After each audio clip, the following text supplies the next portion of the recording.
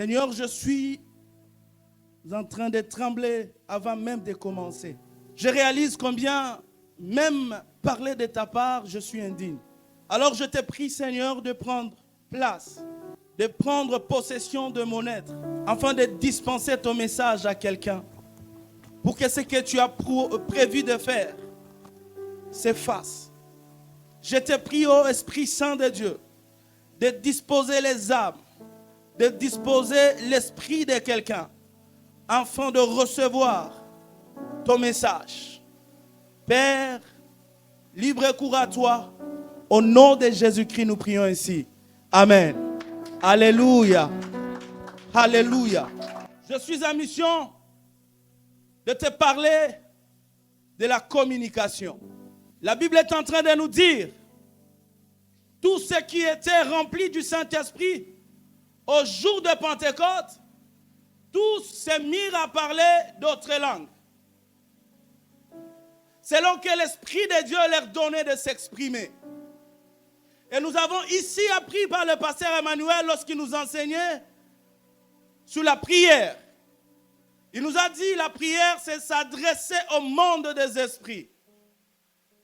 Qui s'en souvient? Et lorsque nous donnons nos vies au Seigneur, lorsque nous les choisissons comme Seigneur et Sauveur dans notre vie, et on passe par le processus des enseignements du baptême, la Bible est en train de parler d'une nouvelle naissance. C'est-à-dire la personne que tu étais autrefois, tu es différente de la nouvelle version de toi. Parce que l'ancienne personne est morte. Et la personne nouvellement née, c'est une créature nouvelle en Jésus. Qui n'est plus animée de l'esprit seulement de l'homme, mais remplie de l'esprit de Dieu. Qui désormais ne peut plus marcher selon qu'il le veut, mais selon la volonté de l'esprit de Dieu en lui. Alléluia. Et Dieu, c'est un grand stratège. Dieu, sachant que lorsque tu quittes le monde et que tu te donnes à lui, c'est qu'automatiquement, tu es en train de déclarer une bataille dans l'autre camp. Ou même si toi-même tu ne le fais pas, les diables de l'autre côté te mettent dans ses viseurs. Alléluia. Tu deviens sa cible. Son objectif n'est plus de te distraire pour aller en enfer, c'est maintenant de te faire tomber et de te faire perdurer et demeurer dans le péché afin de rater ce pourquoi tu as donné ta vie au Seigneur, afin de rater le royaume des cieux. Voilà pourquoi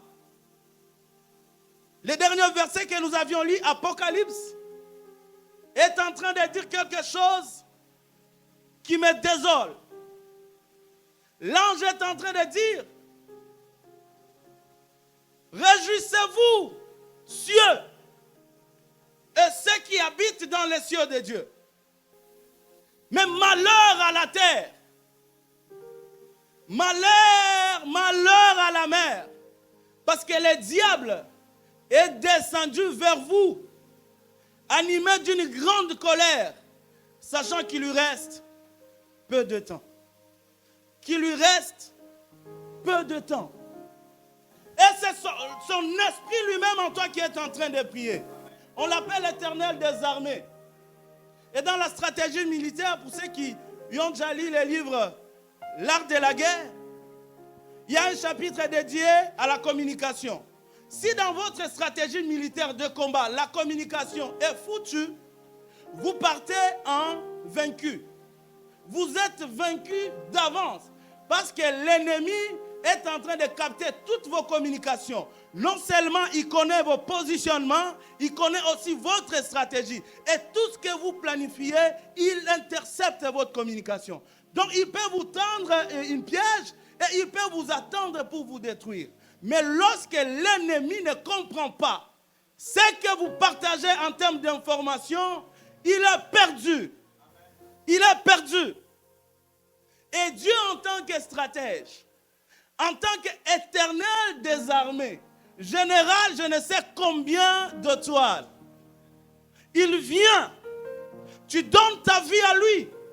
Il te dit, mon fils, je sais, de ta manière de te parler, avec ton langage à toi, non seulement l'ennemi charnel à côté comprend tes projets et il peut te combattre, mais aussi l'adversaire ultime qui est le diable saisit l'opportunité de t'infiltrer.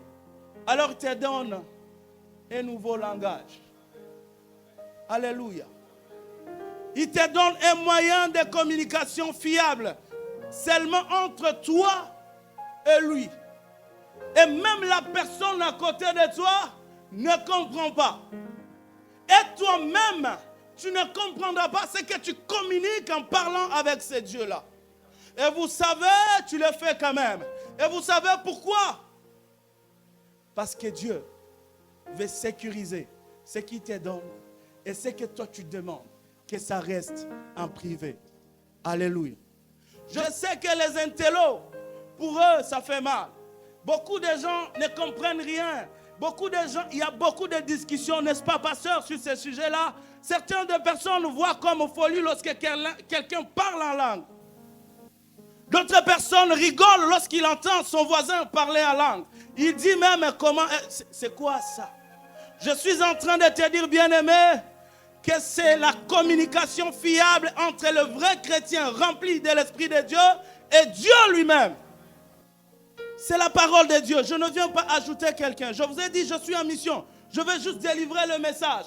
Et c'est lui qui croit la parole de Dieu. Ce matin, aujourd'hui, quelque chose va se faire dans ta vie. Alléluia. Dieu se rassure que quand tu parles, que tu lui parles à lui seul. Et c'est ce que la Bible est en train de nous dire dans 1 Corinthiens chapitre 14 verset 2. La Bible dit que ceux qui parlent en langue s'adressent à Dieu seul. C'est-à-dire leur intellectuel, leur connaissance, leur cerveau, leur connaissance est sur pause. Et même s'il faisait d'efforts à comprendre ce qu'il veut dire, sauf si Dieu lui donne les dons d'interprétation. Et Dieu fait que tu puisses parler avec lui. Dieu veut que tu puisses parler avec lui. La Bible nous dit que ceux qui étaient remplis, ils ont tous parlé de nouvelles langues. Mais si tu es en ces lieux et que tu les désires vraiment, ça va se faire aujourd'hui. Combien de nous ici sommes remplis du Saint-Esprit? Je ne vous demande pas de me répondre, mais je suppose que chacun de nous a le Saint-Esprit à son niveau. Et d'office, chacun de nous devait parler cette langue-là. Vous savez, on n'est pas appelé à parler tous de la même manière. Car il y a diversité de langues, dit la parole de Dieu. Donc ce que moi je peux dire, je ne pourrais pas rire de mon frère Robert parce qu'il parle sa langue d'une autre manière que moi je me la parle. C'est le Saint-Esprit qui donne. Mais ce qui est vrai et certain, c'est que nous parlons au même Dieu. Et lorsque nous parlons comme ça, le diable ne comprend rien. L'ennemi à côté de toi ne comprend rien. C'est rassuré, c'est garanti et c'est efficace. Alléluia. Pourquoi on ne parle pas en langue? Eh oui, j'ai une réponse. J'ai 4 raisons que j'ai constatées et que Dieu m'a convaincu de partager à l'église. La première des raisons, c'est tout simplement parce que tu ne veux pas. Alléluia.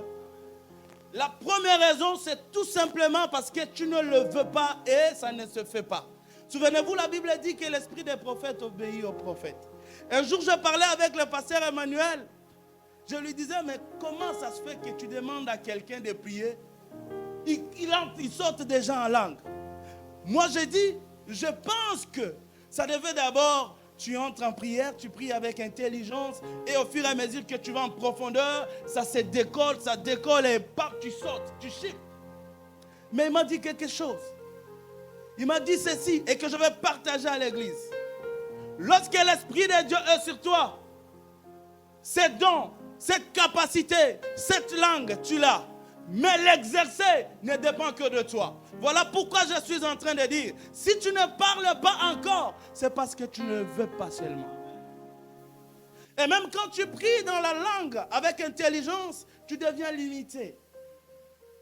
Mais lorsque tu parles en langue, Oh, la langue des anges, la langue de Dieu donnée par l'Esprit Saint. Ah, tu n'es pas limité. Tu n'es pas limité, mon frère. Les barrières sont tombées. C'est ton esprit qui parle devant Dieu. Oh Seigneur, Papa, je prie aujourd'hui que tu déverses à quelqu'un, que tu débloques l'esprit de quelqu'un afin d'expérimenter cette prière puissante lorsqu'on parle en langue, dans le nom de Jésus.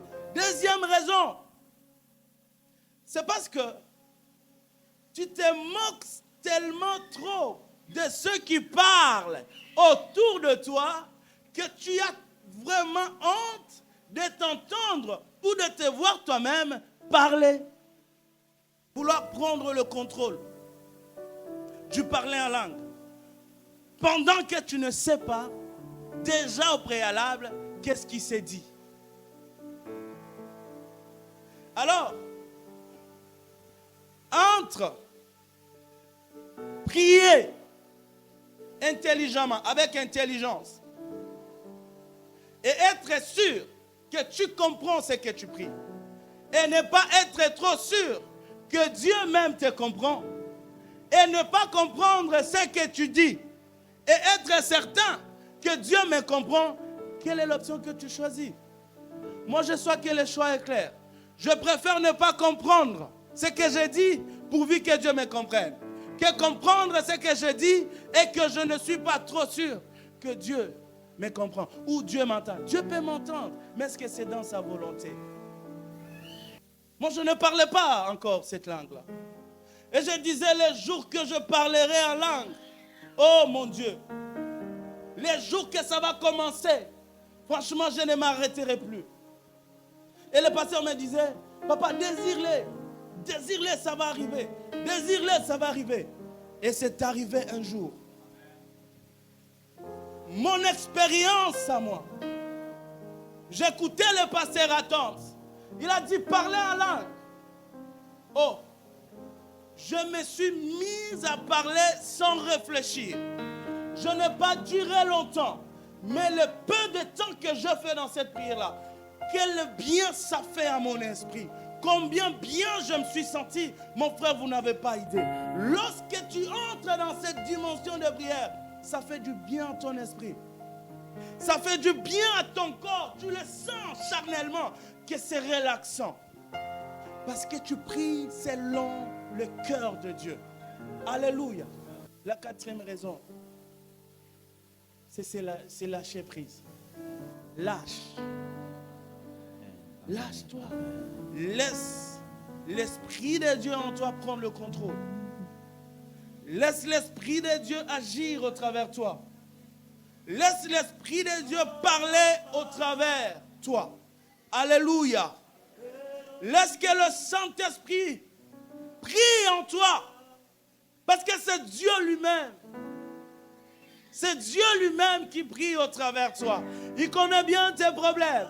Il connaît bien tes soucis. Il sait bien ce qui t'attend dans l'avenir. Et il commence déjà à te préparer dans cette prière-là. Et c'est aujourd'hui. Est-ce qu'on peut s'élever, bien-aimé? On va s'élever.